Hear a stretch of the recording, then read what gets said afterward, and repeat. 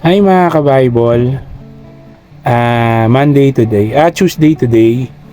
At meron akong Bible verse na gustong i-share sa inyo ngayong araw. From the book of Matthew chapter 6, verse 22 hanggang 23.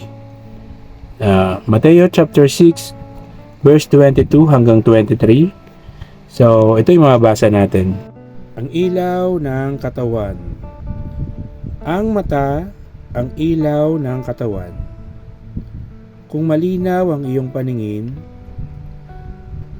maliwanagan ang iyong buong katawan. Ngunit kung malabo ang iyong paningin, mapupuno ng kadiliman ang iyong buong katawan. At kung ang iliwanag mo'y madilim, ikaw nga ay tunay na nasa kadiliman.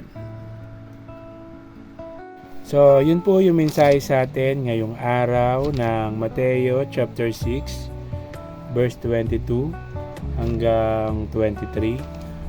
Sana po is nagustuhan nyo yung mensahe or Bible verse na ibinigay ko sa inyo ngayong araw. At kung nagustuhan nyo, please follow my FB page, like and share the videos, at para maraming makapanood. Subscribe din kayo sa aking YouTube channel.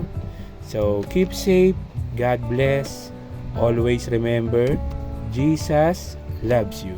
Bye bye.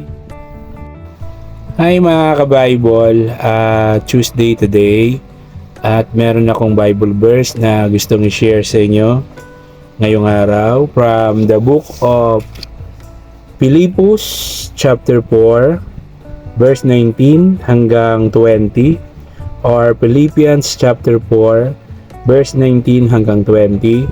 So ito yung mababasa natin.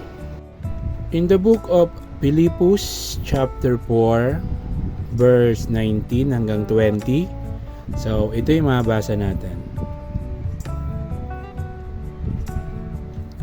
At buhat sa hindi mauubos na kayamanan ng Diyos, ibibigay niya ang lahat ng inyong kailangan sa pamamagitan ni Kristo Jesus.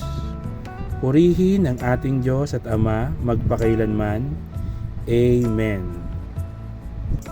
So, yun po yung mensahe sa atin ngayong araw ng Philippians chapter 4, verse 19 hanggang 20.